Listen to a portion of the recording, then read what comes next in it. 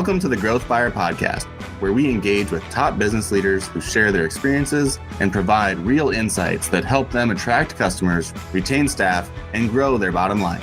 Now, let's get started with the show.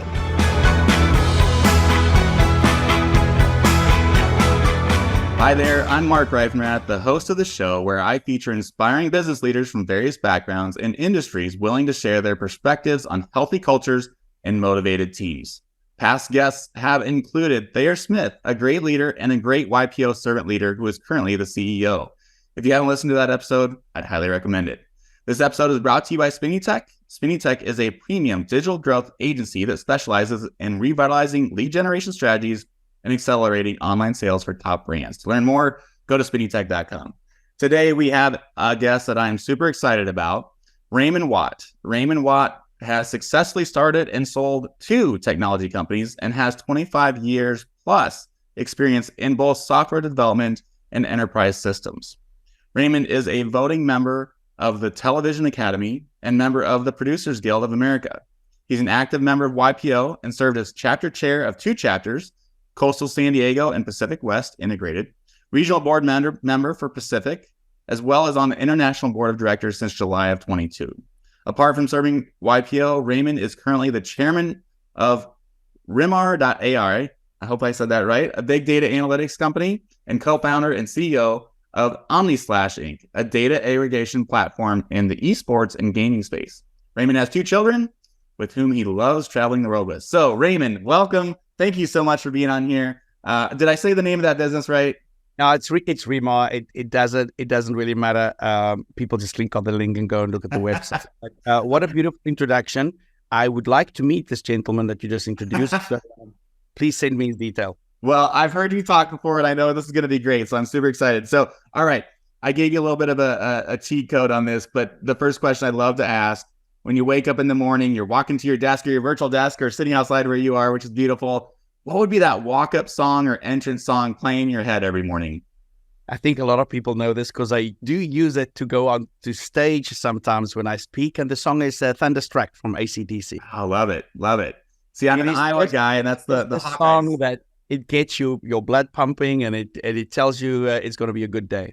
Love it. Love it. All right, that's great. Okay, so we talk about culture, core values, and also kind of a little bit of a YPO twist with this a lot of times. So why don't you just maybe help me understand your YPO journey? How did you first learn about YPO as a business leader, and what prompted you to join?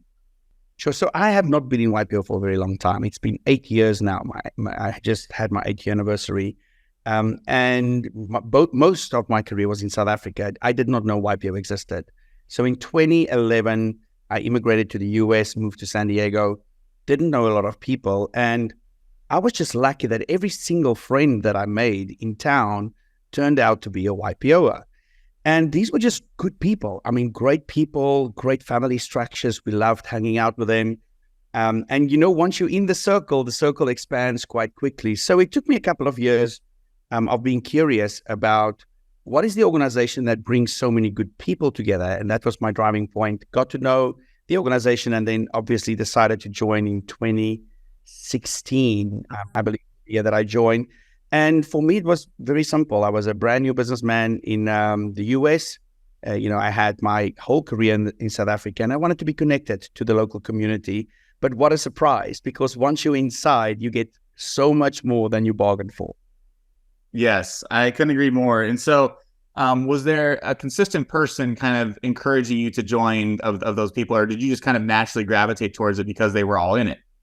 Well, everybody was persistent in it. This is the other thing that I love about YPO. YPOers are willing to share their own success stories with you and what it means for them. So I was just blessed to have really a circle of 6, 7 highly activated friends. Most of them were on the board of Coastal San Diego.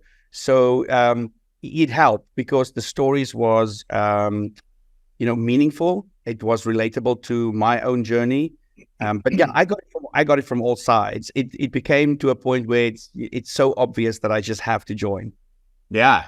Okay. And so I think one thing that's impactful, especially as a leader, YPO is unique. They have kind of built the forum model, and a lot of other groups try to kind of emulate that. But were you able to get into a forum pretty quickly? And do you have any examples of how that really helped you as a leader, as a business, to I would say it's a cheat code. You're going to get some learnings from somebody in there that's already done it, already solved it, and go faster. So do you have any good examples of that in the early days? Listen, yeah, we can spend the rest of the 2 hours just I was lucky. Coastal San Diego runs a very strict sort of governance process. You cannot rush to find your fancy forum. You are placed blindly, and there's a process to it. So I think it was within the first 3-4 months I was placed in forum.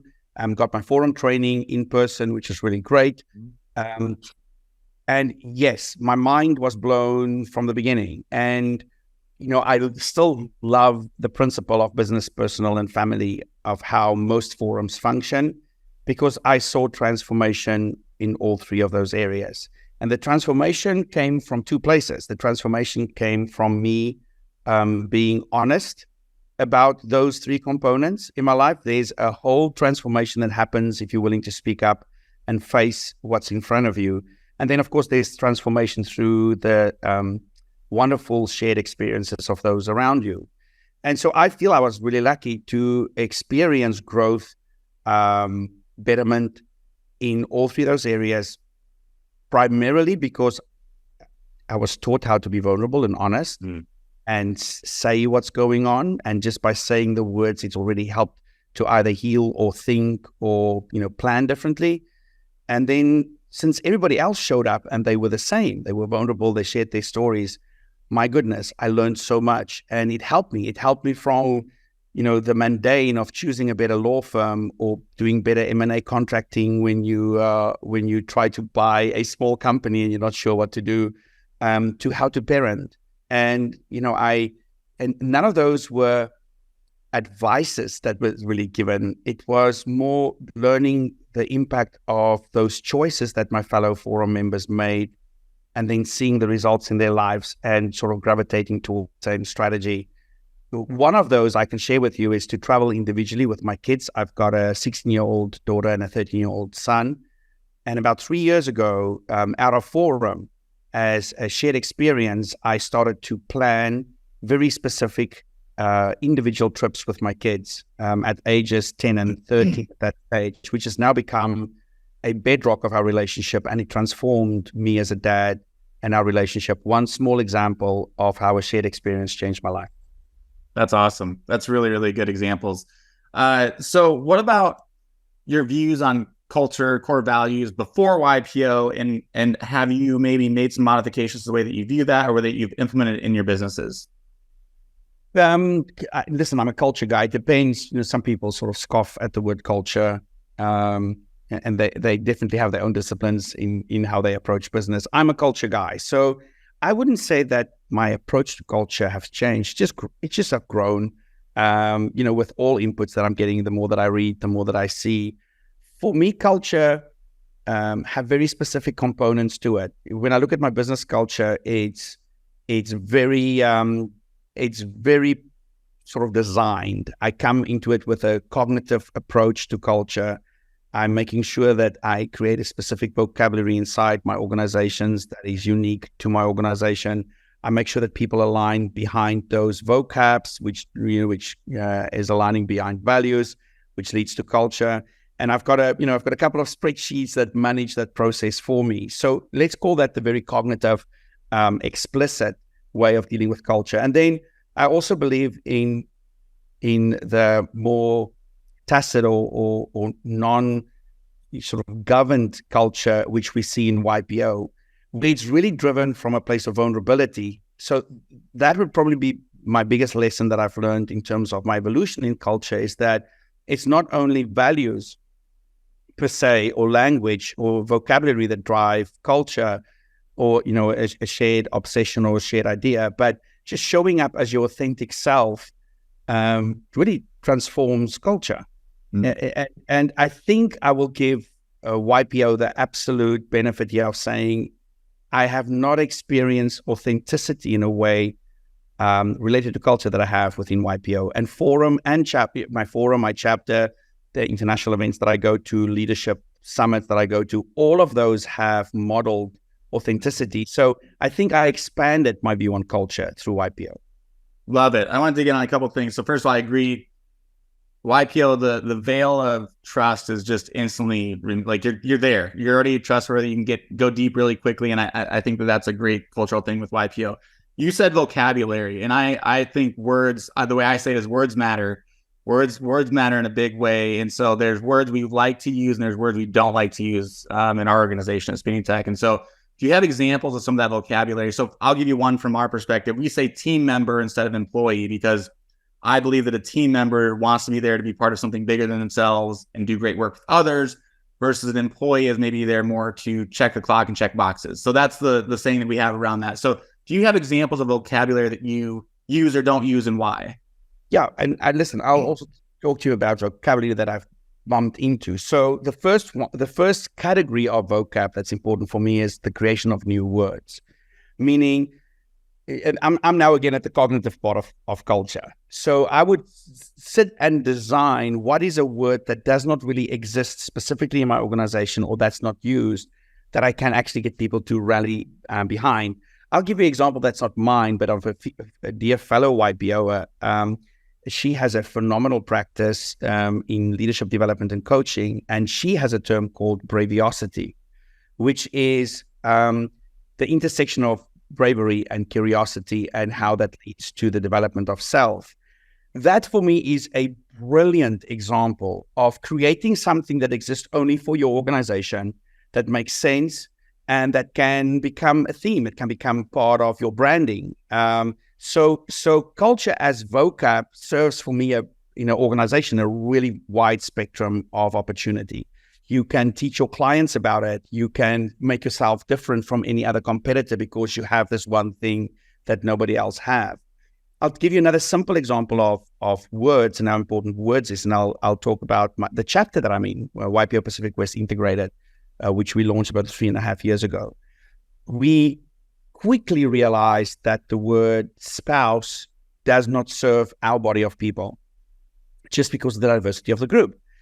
And then we also quickly realized that the word partner does not serve the group well because more than 30% of this chapter are unpartnered.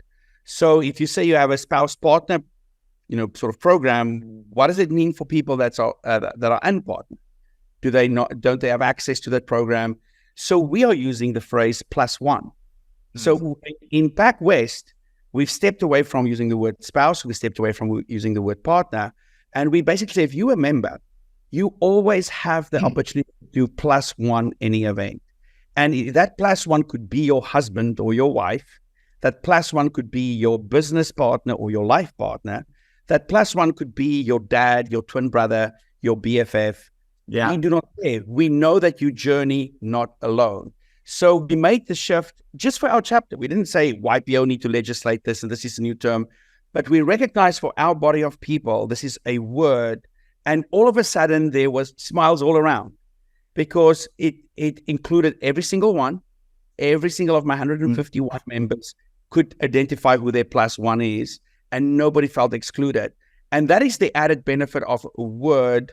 When you think about it, it should bring more smiles and more acceptance and more inclusivity to the table. Yeah, love it. Those are good examples. I just can't agree more. I think words really matter, especially today more than they did maybe 3 years ago. And so, and I love the creation of words too. That's really good. I'm a marketing guy, so those are attractive to me. I can just tell you this. It's also a fun exercise for your constituents. By if you come and say, okay, we will now be an agile company, and then people are like, okay, so here's your book on agile, go read about it. This is our new word, we're going to live by it.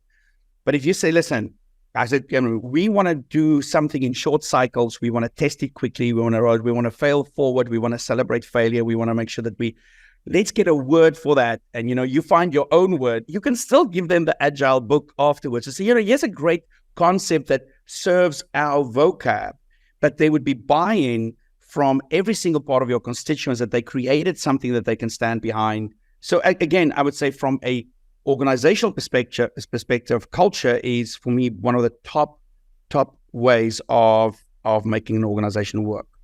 100%. So one of the things that I do, I'd love your take on this. So I think it's really important on day one or week one. I actually have one this afternoon with a new team member. I do a culture and core values overview with them one-on-one because I want them to hear from me, the leader, why this is important to me. I want it to be my words, not somebody else's that maybe gets interpreted a little bit. So I read the core values off and I talk about why they're important and how they're lived, not just aspirational, and really make it as tangible. And one of the things we talk about in there, back to the words, is I'm going to tell you, Raymond, at some point, I'm going to say, you know what, just do it the Spinutech way.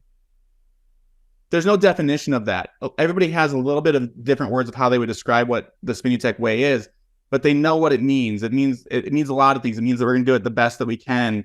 It's going to be exceptional, standard of excellence, but there's a standard that goes with it. And so it's a communication like similar to what you're saying, but that starts to be established day one in that onboarding so that they have an expectation of what to build towards, of what that means. So, do you do anything in your organizations where, straight from the top, you're delivering anything around culture, core values, vision, things like that? Well, I believe that's the primary role of a CEO. I don't think this is something that I would ask people to do. It's like, that's really the reason why you exist. Because think about it. All of the placeholders of activities and tasks and professionalism are in your organization. You have them in an org chart and you fill them with wonderful people. So you have those people that can do what they need to do to make sure your organization is successful. Now the question is how and why do they do it? The why for me more important than the how. The how obviously very important. So this is the primary job of a CEO, to be able to articulate what that vision is, what the culture is, what the values are, why it's important for you as an organization, why it's important for every member of the organization, why it's important for your stakeholders. I don't mind speaking about stakeholders and investors and people in my business. They are really wonderful, a wonderful part of our journey as well. And then obviously both of your customers and your clients and those two constituents and recognizing them. The word values wrap around all of them. So no, it's your primary objective. And I can tell you, I'll take it one step further from you and I'll oscillate to YPO again quickly. Being in this role as chairman of YPO, it's for me just custodianship of the values, custodianship of what we stand for. And YPO for me is a verb. I think you've heard some people say that. And then some components in that is verbs as well. Forum for me is a verb. Because I would be faced with a problem. I'll tell another YPO, let's just forum this problem. Let's just forum it. And we know what we mean by forum. We're going to grab a couple of people together. We're going to just explain what's going on. We're going to go around in the circle. We're going to be really honest about what we're seeing. We're going to learn from that process. So I think there's this added ability of when you take values and components of your organization and you can make them a verb, that they know what that action means. What does YPO stand for? You'd say, I want to YPO this thing. People will immediately think about safety, that I can be myself, honesty, no judgment, respect, generosity. These are all things that people already associate with a brand. And the moment that you have this association, you can verb it. Love that. That's a great way of saying it. I appreciate that. Thank you.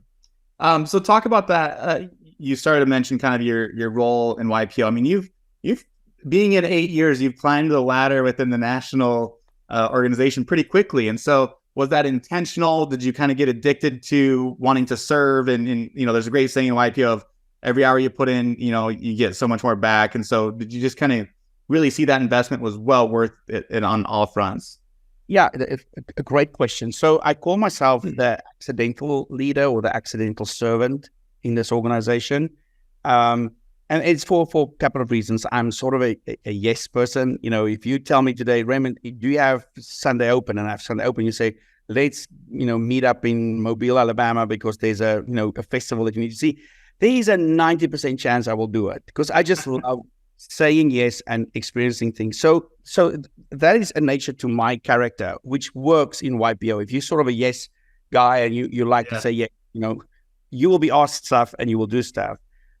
Secondly, it's just really luck. And as I say, accidents. When I joined my Coastal San Diego chapter, I read the bylaws. it said you can go and attend board meetings if you want to. So I was 1 month in and I showed up at our board meeting of Coastal, and everybody was like, who are you and what are you doing here? And I just said, I just read that. I thought all members are showing up at board meetings. I didn't know. And, 3 months later, I was the learning officer. And 12 months after that, I was the chapter chair. And 12 months after that, I was on the regional board. And 24 months later, I was the city host chair for GLC Edge in San Diego. And 12 months after that, I was on the International Events Committee. 12 months after that, I'm on the international board. And 12 months after that, I'm the international chair. And it was all of those things. I did not know the other one existed. I didn't know there was something beyond the veil. But when somebody said, hey, would you like to serve? Would you like to put your hand up? I said, yes. And I think you've said it. A lot of people say in YPO, you get in what you get out what you put in. You already mentioned that it's actually way different from that. I think you get 10x, 20x, 100x back in terms of what you put in. So this has helped my business so much. It's helped me as a dad so much, me and, my relationships, me just being a decent human, not getting angry as quickly as I did before, really learning what empathy means and putting myself in another person's shoes. That gift, how do you solve for the gift of empathy, which I believe is something that YPO taught me. You never can repay that. I'm glad that because you find peace in yourself as well, not being as frustrated, learning that, there are multiple stories and that no human has a single story. You learn that so quickly in forum. When you judge someone, you're like, you got this kind of business and you live in this kind of house. And then we get to know them, you realize, wow, there's dimensions. So accidental, but on to serve. So I've interviewed Scott Mordell, the former CEO, and Sean McGinnis, the former COO and president. And they would have been and Thea, current CEO. Yes, you have everything. Yes. But I want to pin on. So when I talked to Scott and Sean, we talked about the GLC in San Diego, and we talked about making a decision using your core values. And they both had illustrated how they came. So if anybody doesn't know, in 2020 there was the big event for YPO is going to be in San Diego, very expensive, a lot of people coming from around the globe, and it gets canceled right at the last minute. Like people are literally probably on flights on their way there. And it got canceled. And so big decision. And one of the early big events to get canceled as well. It wasn't like you guys followed suit with this conference, that event. You were one of the probably first big 5, I'll say, in the top 5 that canceled. And so how, from your perspective, did you use the core values of YPO to arrive at that decision? So first, let's understand my role in that. I was the city host chair for both events. So those events and their design and belonged to me. So I had a committee and we worked for a very long time to design every aspect. Who will be on stage? What food will we have? What socials will we do for you? What gifts will you get?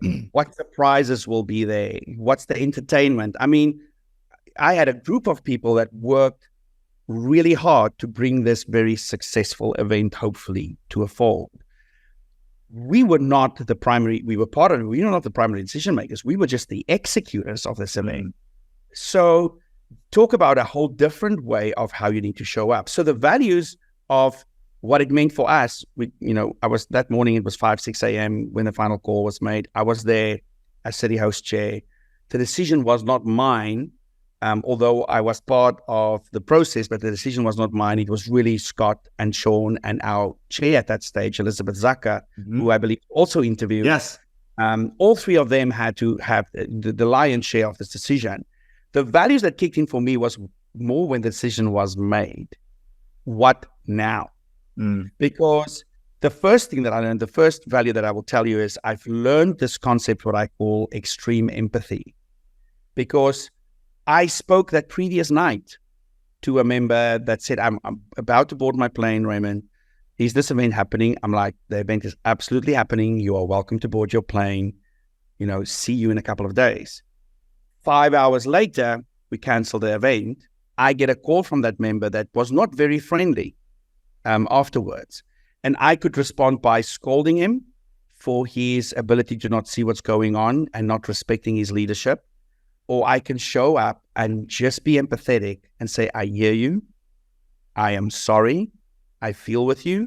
And I was bombarded with it multiple times. So let's call that first value extreme empathy. The second one was, how do we do good out of this bad situation? Mm-hmm. I remember I went down that morning to sort of the docking area at the Grand Manchester Hyatt here in San Diego. And we had, 200, 300 boxes full of stuff that we were supposed to put together, deploy, and create this wonderful event with. So I had to rally the troops in San Diego and say, there was food. I had tons of food that I need to do stuff with. Backpacks, towels, hand sanitizer.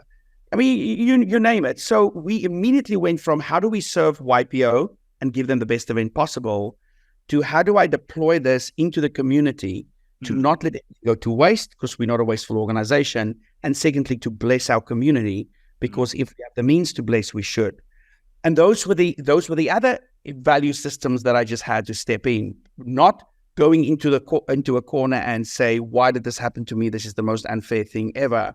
But to celebrate this opportunity of giving back and this opportunity of making sure that we do not waste with enormous success. We went to shelters and we went to homeless, people and gave them food. And we went to many of the amazing organizations in YPO, religious and non-religious organizations, and shared with them the bountiful of what we had to make the community much better.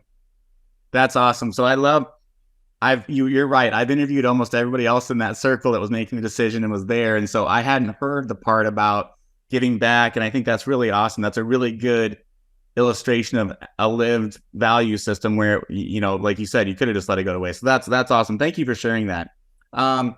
Okay. So when you think about YPO and, there's the only in YPO experience, and I'm sure you've had a lot of them, like a lot of YPOers have. Is there one that you'd be willing to share that comes to mind that's maybe unique and was truly an only in YPO experience? Yeah, listen, I'm going to do at least two because I feel I have 500, and then let me give you two. So the first one, which is just really spoke to me and all the stuff that I love, is we did this wonderful 2-day excursion onto a aircraft carrier out in the Pacific.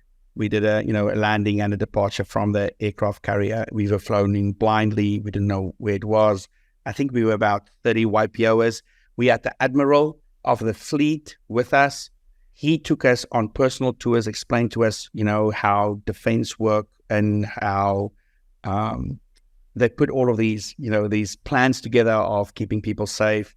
And it blew my mind because I never knew as a South African that I would have access to just the beautiful stories of how things work. So it intrigued me. I like to know how things work. I like when a veil is lifted. And for me, just the access that we got sort of blew my mind. So that's sort of a more personal Raymond ego. I just felt so good after that event. That's awesome. The other one I can tell you that just shifted me as a human was when we did the San Quentin prison event with YPO. And we spent a full day in prison, unguarded. Nobody was there to protect us. You sort of signed your life away before you went into the gates. And we just spent time with people that were serving out life sentences. And we could listen to their stories. We could share our stories. We could forum with them. And it really sort of halted me into my own perception of just how great I am.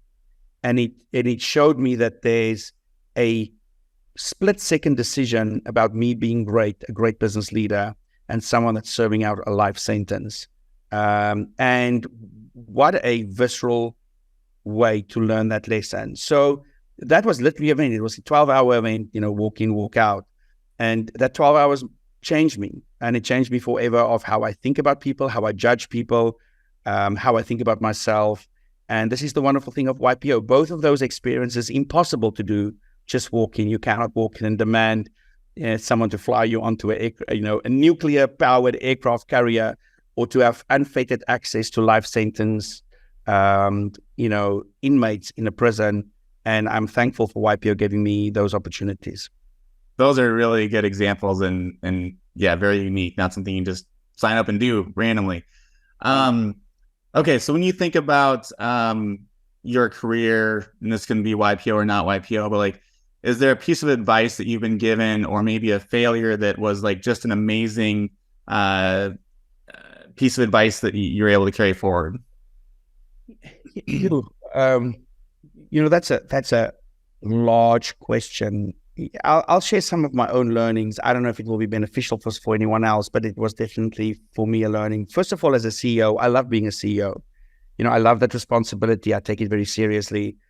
And I've now come to a point where I believe, apart from what we talked about, vision and culture setting, which is part of our DNA, is we need to become better and better in asking questions. And I make it my life's purpose of being very thoughtful in the questions that I ask, and then also being able to listen to what those answers are and see how I can either, help to execute something or put a piece of legislation in place in the organization that can help with it.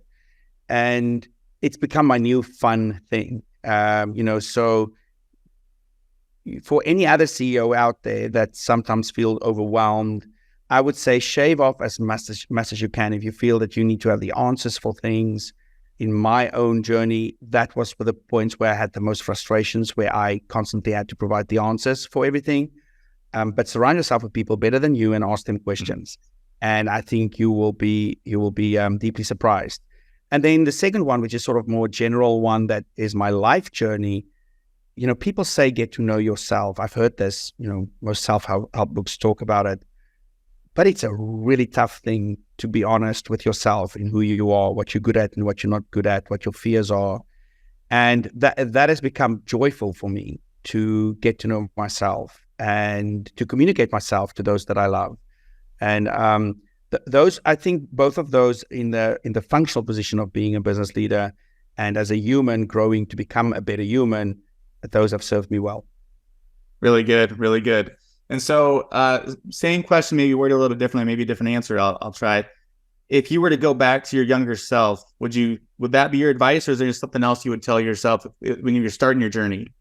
My younger self, I would just really just ask to have more mentors and listen to more people. I think I had a very typical entrepreneurial start to my life. If I know what I want to do, I'm going to go crush it. I'm going to make it work. I will succeed. And I did. And so I felt proud of myself. But when I look back, it was probably the worst way that I achieved that. And it could have been done so much better. So the only thing that I will tell the younger Raymond is be more patient. There's no reason to achieve something in the X amount of days or months or years. Time is beautiful. Put people in your life that's way more clever and proficient and intelligent than you are. I think in my early career, I sort of honored myself for trying to be the best person in the room, or the cleverest person in the room, or the one with all the answers in the room. And that part I would like to shake out of young Raymond. Awesome. Well, anything I didn't ask you that you think I should or you'd like to share? No, listen, you hit on so many different points, which I love. I think with your questions, what came up for me as Forum does in just our questions and answers is, it's good to reflect on where we are. It's good to reflect on the things that work for us and not. And I think if you get anything from this podcast, take 5 minutes and just reflect on some of those things that you are passionate about and that's working for you, and make sure that you enforce them and legislate them into your life. Because sometimes we learn these great lessons and then we forget them. And hopefully this podcast can jiggle our memory to hang on to those beautiful lessons we learn. That's great. That's great. Well, Raymond, thank you so much. I've really enjoyed this conversation. I know other people are as well. Where can people find you? Are you active on LinkedIn? I'm active everywhere. So I'm active on LinkedIn. If you're in YPO, just find my Connect profile. Just send me a text message or WhatsApp message. I love to connect. I love doing micro forum. I'm not active on Instagram. I'm too old. So I'm most active on LinkedIn. So just find me on LinkedIn. Perfect. Awesome. Well, thank you again. Really appreciate it. And for the viewers, I hope you enjoyed this as much as I did, because it was great. Thank you, Raymond. Thank you, Mark. Thanks for listening to the Growth Fire podcast. We'll see you again next time, and be sure to click subscribe to get future episodes.